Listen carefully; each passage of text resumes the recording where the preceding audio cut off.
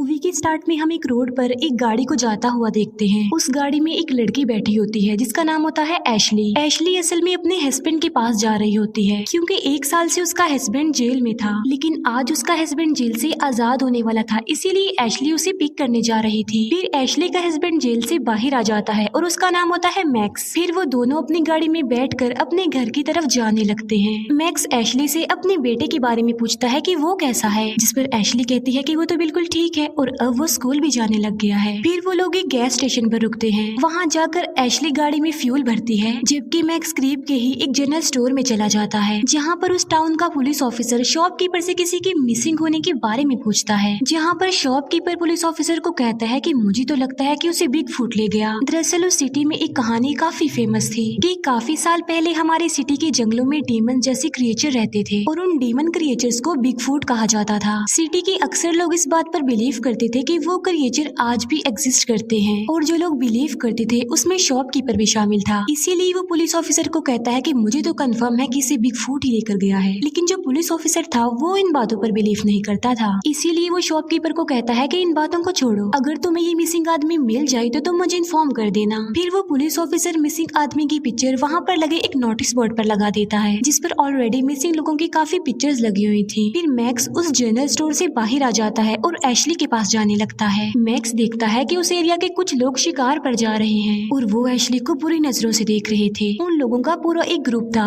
और जब वो ग्रुप मैक्स को देखता है तो वो उसे क्रिमिनल कहने लगते हैं। लेकिन ये दोनों हस्बैंड वाइफ उन लोगों पर ज्यादा ध्यान नहीं देते और उन्हें इग्नोर करके वहाँ से चले जाते हैं। फिर गाड़ी में मैक्स ड्रिंक करने लगता है, लेकिन एशली मैक्स को ड्रिंक करने से रोकती है क्योंकि उसे मैक्स का ड्रिंक करना, स्मोकिंग करना काफी बुरा लगता था। एशली गुस्से में मैक्स को कहती है कि तुम्हें जेल से आए हुए अभी कितनी देर हुई है कि तुमने स्मोकिंग शुरू कर दी। फिर उन दोनों की इस बात को लेकर बहस हो जाती है। वो लोग बहस करने में इतना ज्यादा बिजी हो जाते हैं कि उन्हें इस बात का तो ख्याल ही नहीं रहता कि उनकी गाड़ी के आगे एक आदमी आ गया है और ये उस आदमी को अपनी गाड़ी से हिट कर देते हैं। दोनों अपनी गाड़ी से बाहर आकर उस आदमी को चेक करने के लिए आगे बढ़ते हैं। तब ये देखते हैं कि वो आदमी इस एक्सीडेंट की वजह से बहुत ज्यादा इंजर्ड हो गया है, उसकी हालत काफी खराब है, उसकी दोनों टांगे बॉडी से अलग होकर कट चुकी हैं और उसकी बॉडी पर काफी गहरे चोट के निशान थे। ऐसा लग रहा था कि जैसे किसी जंगली जानवर ने उस पर अटैक किया हो। उस आदमी की ऐसी हालत देख कर ये सोच रहे थे कि शायद वो मर चुका है, लेकिन तभी वो आदमी मूव करने लगता है। तब एशली जल्दी से पुलिस को कॉल करने के लिए अपनी गाड़ी की तरफ भागती है, लेकिन मैक्स एशली को ऐसा करने से यानी पुलिस को कॉल करने से मना करता है क्योंकि अभी थोड़ी देर पहले ही तो वो जेल से बाहर आया था और इस एक्सीडेंट की वजह से वो बहुत बड़ी मुसीबत में फंस सकते थे। लेकिन एशली उसकी ये बात नहीं मानती और वो पुलिस को कॉल कर देती है। वो पुलिस को कहती है कि हमारी गाड़ी का एक्सीडेंट हो गया है और साथ साथ वो अपनी लोकेशन भी पुलिस को बता देती है। तभी अचानक से मैक्स को जंगल में कुछ दिखाई देता है, लेकिन इससे पहले कि वो समझ पाता कि ये क्या है, कोई उन पर पत्थर मारने लगता है। तब मैक्स और एशली दोनों ही गाड़ी के पीछे जल्दी से छुप जाते हैं, लेकिन जब दोबारा देखने के लिए मैक्स अपना सर बाहर निकालता है तभी एक पत्थर आकर सीधा मैक्स के सर पर लग जाता है, जिससे मैक्स पीछे की तरफ जाकर गिरता है और वहाँ से गिरता गिरता वो रिवर में जाकर गिरता है। तब एशली उसकी हेल्प करने के लिए उसके पास जाती है, लेकिन वो देखती है कि मैक्स तो बेहोश हो गया है। तब एशली मैक्स को बचाने के लिए जल्दी से रिवर में कूद जाती है, लेकिन पानी की लहरें बहुत तेज थी, इसीलिए वो आगे की तरफ चले जाते हैं। लेकिन जब पानी की लहरें कम हो जाती हैं तब एशली मैक्स को लेकर पानी से बाहर आ जाती है, लेकिन मैक्स स्टिल भी होश ही था। फिर एशली मैक्स को इमरजेंसी प्रोसीजर के जरिए होश में लाती है, जिससे मैक्स को होश आ जाती है। अब क्योंकि पानी बहुत ज्यादा ठंडा था और वो काफी देर पानी में ही रहे थे, इसी वजह से उन्हें सर्दी लगने लगती है। दूसरी तरफ हम देखते हैं कि जहाँ पर उस आदमी का एक्सीडेंट हुआ था वहीं पर हम एक डीमन जैसा क्रिएचर देख पाते हैं, जो उन लोगों की गाड़ी को धकेल कर रिवर में फेंक देता है और जिस आदमी का एक्सीडेंट हुआ था वो भी मर चुका था और वो डीमन क्रिएचर उस आदमी की डेड बॉडी को अपने साथ ले जाता है। दूसरी तरफ मैक्स और एशली को अभी तक ठंड लग रही थी, लेकिन उन्हें समझ नहीं आ रही थी कि क्या किया जाए। तब एशली मैक्स की लाइटर की मदद से वहाँ पर आग जलाते हैं और बाद में ये लोग अपने कपड़ों को ड्राई करने के लिए करीबी झाड़ियों पर रख देते हैं। फिर दोनों हस्बैंड वाइफ आग के पास बैठ जाते हैं। फिर हम देखते हैं कि वो पुलिस ऑफिसर वापस अपने पुलिस स्टेशन जा रहा है। रास्ते में उस पुलिस ऑफिसर को एक लेडी मिल जाती है जो कि अपने मिसिंग हस्बैंड के बारे में पुलिस ऑफिसर से पूछती है। उस लेडी का हस्बैंड उन्हीं लोगों में इंक्लूड था जो कि वहाँ से गायब हुए थे। अब जाहिर है पुलिस ऑफिसर के पास इस बात का कोई जवाब नहीं था, इसीलिए वो उस लेडी को कहता है कि आप बिल्कुल बेफिक्र हो जाएं, बिल्कुल रिलैक्स रहें, हम आपके हस्बैंड को ढूंढ लेंगे एज सून एज पॉसिबल। ये कहकर वो पुलिस ऑफिसर वहाँ से चला जाता है। पुलिस स्टेशन के अंदर एक डेप्यूटी भी था। पुलिस ऑफिसर डेप्यूटी से पूछता है कि क्या आप इन बातों पर बिलीव करते हैं कि कोई बिगफुट होता है? जिस पर वो डिप्यूटी रिप्लाई करता है कि नहीं, ऐसी कोई चीज नहीं होती। लेकिन हम इस बात को फजूल भी नहीं कह सकते, इग्नोर भी नहीं कर सकते। तभी वहाँ पर एक फीमेल पुलिस ऑफिसर आ जाती है। वो पुलिस ऑफिसर को बताती है कि अभी मुझे एक लड़की की कॉल आई थी। वो लड़की बता रही थी कि हमारा एक्सीडेंट हो गया है। ये सुनकर वो पुलिस ऑफिसर जल्दी से उस एक्सीडेंट वाली लोकेशन पर पहुंच जाता है, जहाँ पर वो देखता है कि उन लोगों की गाड़ी तो रिवर में गिरी हुई है, लेकिन गाड़ी को रिवर से बाहर निकालते निकालते उन्हें रात हो जाती है। फिर वो पुलिस ऑफिसर गाड़ी को चेक करता है और उसमें से उसे मैक्स और एशली की पिक्चर्स मिलती हैं। तब वो अपने बाकी पुलिस ऑफिसर्स को कहता है कि इन दोनों के बारे में इंक्वायरी करो, पता लगवाओ इन दोनों का। उधर एशली और मैक्स एक दूसरे से प्रॉमिस करते हैं कि वो कभी भी नहीं लड़ेंगे, एक दूसरे का साथ कभी भी नहीं छोड़ेंगे। वो एक दूसरे के साथ प्यार से रहेंगे और अपने रिलेशन को अच्छा लेकर चलेंगे। नेक्स्ट डे एशली को वही आदमी नजर आता है जिसका उनकी गाड़ी से एक्सीडेंट हुआ था, लेकिन आँख खुलने पर एशली को रियलाइज होता है कि ये उसका सिर्फ एक नाइटमेयर था और कुछ नहीं। लेकिन तभी उन्हें पता चलता है कि जहाँ पर उन्होंने अपने कपड़े ड्राई करने के लिए रखे थे वहाँ से एशली के कपड़े गायब थे, क्योंकि वहाँ पर सिर्फ मैक्स के कपड़े थे, एशली के नहीं थे। तब मैक्स एशली को अपनी टी शर्ट पहना देता है और अब वो रिवर को फॉलो करने का डिसीजन लेते हैं। लेकिन थोड़ी दूरी पर ही जाते ही इन्हें रियलाइज होता है कि आगे कोई भी रास्ता नहीं है, इसीलिए वो आगे बढ़ने के लिए जंगल में से ही गुजरने लगते हैं। लेकिन यहाँ पर हम देख पाते हैं कि कोई इनका काफी देर से पीछा कर रहा था और जो इनको फॉलो कर रहा था उसमें ये एबिलिटी थी कि वो खुद को जंगलों में हाइड कर सकता था और वो खुद को नेचर में इस तरह छुपा लेता था कि उसे ढूंढना तो इम्पॉसिबल था। इसीलिए वो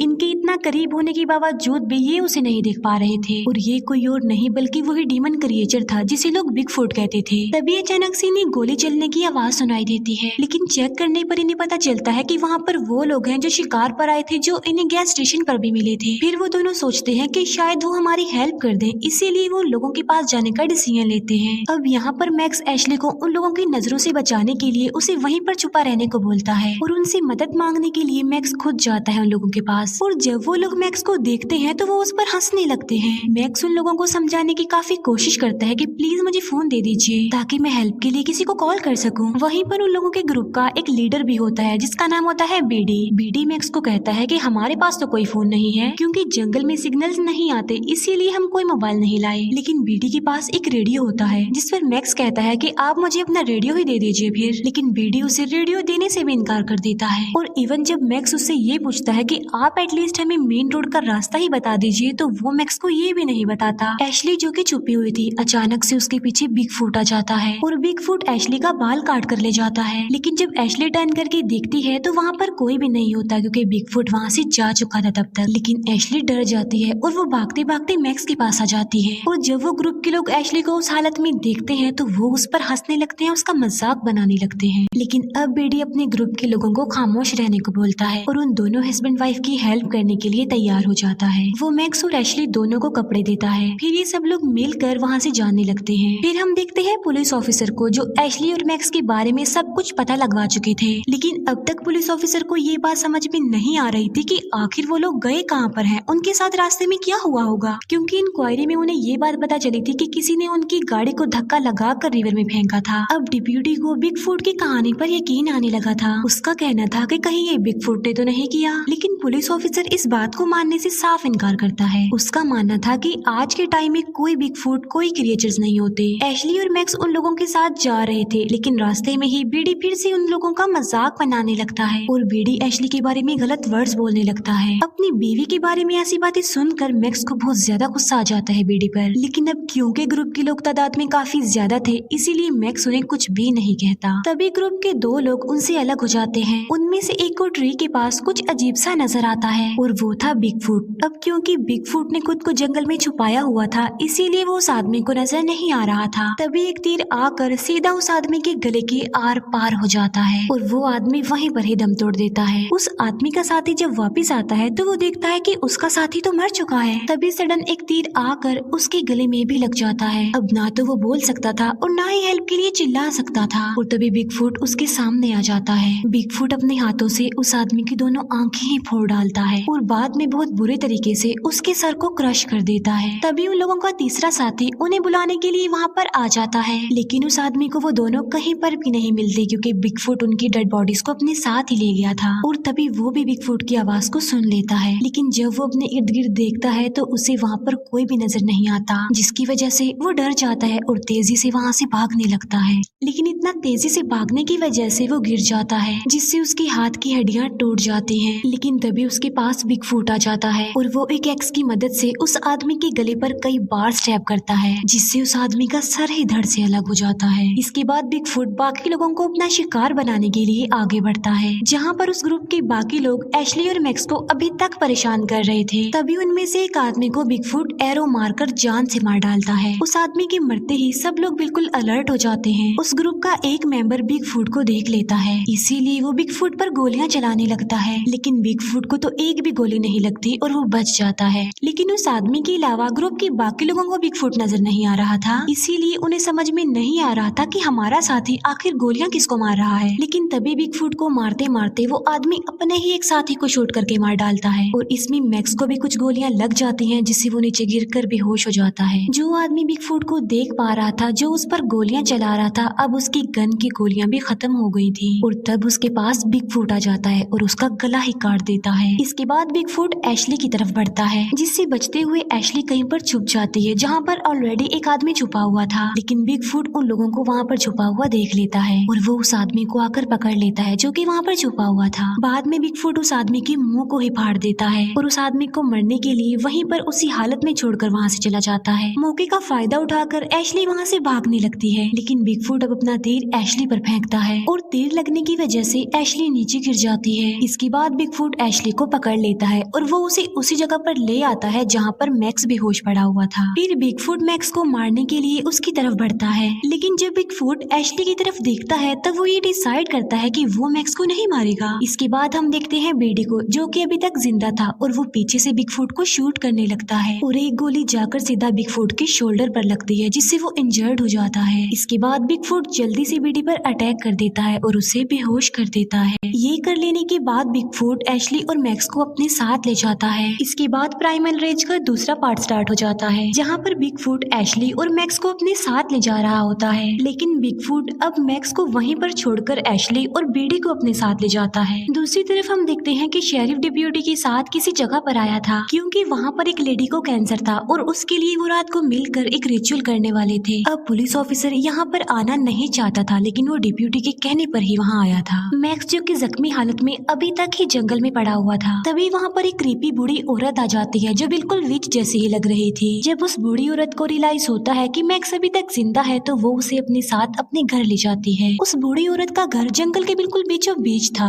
बूढ़ी औरत के घर में अजीब तरह की चीजें थी, जिसमें हड्डियां थी, स्पाइडर्स थे, इसके अलावा इंसेक्ट्स और छोटे छोटे जानवरों को बॉटल्स में कैद किया हुआ था। वो बूढ़ी औरत मैक्स का एक डोमेस्टिक ट्रीटमेंट करती है। वो सबसे पहले मैक्स की बॉडी से सारे बुलेट्स निकाल देती है, फिर वो एक चीज खाकर मैक्स के जख्मों पर थूक देती है, फिर वो एक मिक्सचर को मैक्स के जख्मों पर लगाती है। बाद में वो मैक्स के जख्मों को स्टिचेस लगा देती है। दूसरी तरफ एशली को जब होश आती है तो वो खुद को बिगफूट की केव में बंधा हुआ पाती है। वहीं पर उसे अपने साथ बेडी भी नजर आता है। इसके अलावा वहाँ पर बहुत सारे स्केलेटन्स और बेडी के ग्रुप के लोग भी थे। तभी वहाँ पर बिगफूट आ जाता है और वो एक काफी बड़ी नाइफ से बेडी को मार डालता है और बाद में उसकी बॉडी के पार्ट्स निकाल लेता है। इसके बाद बिगफूट बढ़ता है एशली की तरफ और वो एशली के साथ जबरदस्ती कर देता है। दूसरी तरफ हम पुलिस ऑफिसर को देखते हैं, जो बाकी लोगों के साथ उस रिचुअल में बैठ गए थे। रिचुअल में सब लोग एक एक करके एक उनका बनाया गया ड्रिंक पीने लगते हैं। अब ना चाहते हुए भी पुलिस ऑफिसर को वो ड्रिंक पीना पड़ता है। फिर वो लोग अपने ट्रेडिशन के मुताबिक सिंगिंग करने लगते हैं और थोड़ी देर में उस ड्रिंक को पीने की वजह से पुलिस ऑफिसर की तबीयत खराब होने लगती है। पुलिस ऑफिसर को कुछ अजीब ही फील हो रहा था और फिर उसे विजन्स आने लगते हैं। सारे विजन्स काफी अजीब थे। पुलिस ऑफिसर को डेप्यूटी की शक्ल काफी डरावनी लग रही थी, लेकिन डेप्यूटी की शक्ल फिर एकदम से ठीक भी हो जाती है और जो लोग वहाँ पर ट्रेडिशन का कॉस्ट्यूम पहनकर डांस कर रहे थे, पुलिस ऑफिसर को उनमें से एक बिगफूट जैसा लग रहा था। फिर पुलिस ऑफिसर देखता है कि जो आदमी ये रिचुअल कर रहा है वो उस लेडी जिसे कैंसर है उसे लिटा कर वो उसके पेट को काट देता है और उसका कैंसर ठीक कर देता है। और हैरान कर देने वाली बात तो ये है कि उस लेडी को जरा भी पेन नहीं होती।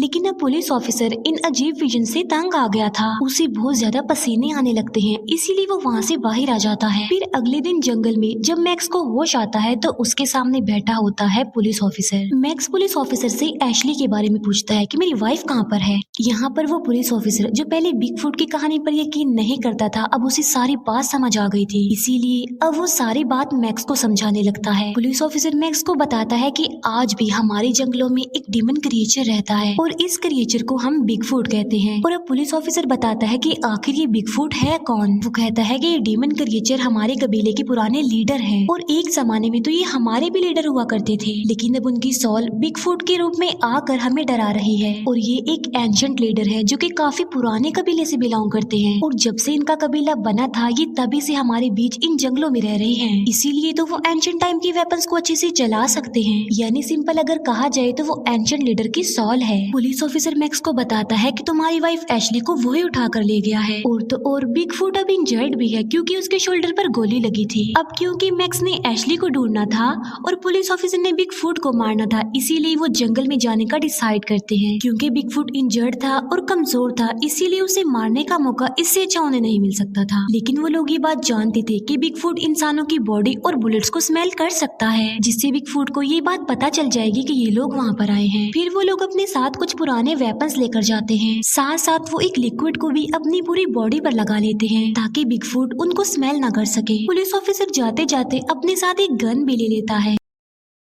फिर ये दोनों बिगफुट का मुकाबला करने के लिए जंगल की तरफ जाने लगते हैं। तभी पीछे से वो बूढ़ी औरत उन लोगों को इनकरेज करने के लिए ड्रम बजाने लगती है, क्योंकि वो भी चाहती थी कि ये लोग बिगफुट का मुकाबला करके उसे मार डालें और जीत जाएं। एशली जो कि अभी तक बिगफुट की कैद में ही थी। बिगफुट जबरदस्ती एशली को इंसानी मांस खाने को देता है, लेकिन ना चाहते हुए भी एशली को वो खाना पड़ता है। लेकिन एशली के मुंह में एक बोन आ जाती है। वो उस बोन को पत्थर पर रगड़ कर उसे नुकीला बना लेती है और जब बिगफुट उसके पास आता है तो वो उसी बोन से उस पर अटैक कर देती है, लेकिन बिगफुट को इससे ज्यादा फर्क नहीं पड़ता। तभी अचानक से बिगफुट को उस ड्रम की आवाज सुनाई देती है जो वो बूढ़ी औरत बजा रही थी। बिगफुट को फौरन पता चल जाता है कि कोई उसे लड़ने के लिए वहाँ पर आ रहा है। फिर बिगफुट भी एक ट्रैप लेता है और वहाँ से लेकर वो बाहर चला जाता है। उसके जाते ही एशली अपनी रस्सियों को काटने लगती है। जब एशली खुद को आजाद कर लेती है तब वो वहाँ पर पड़े हुए कुछ कपड़े और एक गन लेकर वहाँ से चली जाती है। फिर हम देखते हैं कि मैक्स और पुलिस ऑफिसर को जो कि बिगफुट को ढूंढने के लिए वहाँ पर आए थे और अब वो अलग अलग होकर बिगफुट को ढूंढने लगते हैं। कुछ दूर जाने के बाद पुलिस ऑफिसर को वहाँ पर किसी की प्रेजेंस का एहसास होता है, इसीलिए पुलिस ऑफिसर जल्दी से अपनी गन निकाल लेता है। अब क्योंकि बिगफुट बुलेट्स को स्मेल कर सकता था, इसीलिए उसे पता चल जाता है कि पुलिस ऑफिसर आखिर है कहाँ पर। इसीलिए बिगफुट जल्दी से पुलिस ऑफिसर पर अटैक कर देता है और पुलिस ऑफिसर उसे गोली मार देता है और वो गोली बिगफुट को लग भी जाती है, जिसकी वजह से बिगफुट को काफी गुस्सा आ जाता है और वो गुस्से में आकर पुलिस ऑफिसर का गला काटकर उसे बहुत ब्रूटल तरीके से मार डालता है। तभी वहाँ पर मैक्स भी आ जाता है और वो पुलिस ऑफिसर की डेड बॉडी को वहाँ पर पड़ा हुआ देखता है, लेकिन वहाँ पर बिगफुट नहीं था क्योंकि वो भाग चुका था। मैक्स पुलिस ऑफिसर की गन भी उठा लेता है। अब क्योंकि बिगफुट को गोली लगी थी, वो इंजर्ड था, इसीलिए उसका खून वहाँ पर गिरा हुआ था। मैक्स उस खून को फॉलो करते हुए आगे बढ़ता है, लेकिन तभी मैक्स एशली को देखता है जो कि बिगफुट को मारने के लिए उसकी तरफ बढ़ रही थी। मैक्स एशली को आवाज लगाकर उसे वापस चलने के लिए बोलता है, लेकिन एशली मैक्स को कहती है कि अब मैं बिगफुट को मारे बगैर नहीं जाऊंगी। एशली मैक्स को इशारा करते हुए डायरेक्शन बता देती है कि बिगफुट यहाँ पर है। फिर एशली उसी तरफ चली जाती है जहाँ पर बिगफुट था और वो बिगफुट को शूट कर देती है। फिर ये दोनों हस्बैंड वाइफ वहाँ से भागने लगते हैं। काफी दूर भागने के बाद ये दोनों सांस लेने के लिए एक जगह पर रुक जाते हैं, लेकिन तभी अचानक से इन्हें बिगफुट की आवाज सुनाई देती है। इसका मतलब ये है कि वो मरा नहीं था बल्कि अभी जिंदा था। अब मैक्स डिसाइड करता है कि वो यहाँ पर रुककर बिगफुट का मुकाबला करेगा, उसे लड़ेगा, उसे मार डालेगा ताकि इसी दौरान एशली को मौका मिल जाए और वो यहाँ से भागकर मेन रोड तक चली जाए। एशली वहाँ से जाना नहीं चाहती थी मैक्स को अकेला छोड़कर, लेकिन मैक्स फिर भी उसे किसी तरह भेज देता है। फिर वो दोनों एक दूसरे को गुड बाय कहते हैं और अब एशली वहाँ से चली जाती है। इसके बाद मैक्स जाता है बिगफुट के पास और उस पर फायरिंग करने लगता है, लेकिन बिगफुट को उसका असर नहीं होता। बिगफुट जो कि अब काफी इंजर्ड भी था और काफी कमजोर भी फील कर रहा था, लेकिन अभी भी वो बहुत पावरफुल था। उसे मारना, उसे हराना इतना आसान नहीं था। यहाँ पर बिगफुट जल्दी से भागते हुए मैक्स के पास आ जाता है और वो मैक्स की गर्दन पकड़कर उसे ऊपर की तरफ कर देता है, लेकिन तभी मैक्स एक नाइफ से बिगफुट पर अटैक कर देता है, जिससे बिगफुट को दर्द होती है और वो मैक्स को छोड़ भी देता है। तभी मैक्स एक वुडन टॉप को उठाकर वहाँ से भाग जाता है, लेकिन बदकिस्मती से उसका पैर बिगफुट के लगाए गए ट्रैप में आ जाता है और यहाँ पर बिगफुट एक बार फिर से आकर मैक्स को पकड़ लेता है, लेकिन मैक्स अब उस टूटे हुए वुडन टॉप से बार बार बिगफुट को मारता रहता है, जिससे अब फाइनली बिगफुट की मौत हो जाती है। लेकिन मैक्स को अभी भी यकीन नहीं आ रहा था कि बिगफुट मर चुका है। उसे तो यही लग रहा था कि बिगफुट कहीं दोबारा जिंदा ना हो जाए, इसीलिए वो एक बड़े से पत्थर को उठाकर बिगफुट के सर पर मारता है, जिससे बिगफुट का सर क्रश हो जाता है। एशली बिल्कुल सही सलामत होती है और मेन रोड तक पहुंच जाती है। मैक्स जो कि काफी थक गया था, इसीलिए वो वहीं पर ही बैठ जाता है, लेकिन जैसे ही मैक्स वहाँ से उठकर जाने लगता है, 2 तीर उसे आकर लग जाते हैं और उसके आसपास हमें बहुत सारे बिगफुट्स देखने को मिलते हैं। इसका मतलब ये है कि वहाँ पर कोई एक बिगफुट नहीं था, बल्कि वहाँ पर बहुत सारे बिगफुट्स थे। यानी वो जो एंशिएंट स्पिरिट्स थी वो कोई एक नहीं थी बल्कि बहुत ज्यादा थी। और ये मूवी यहीं पर ही एंड हो जाती है। Thank you for watching.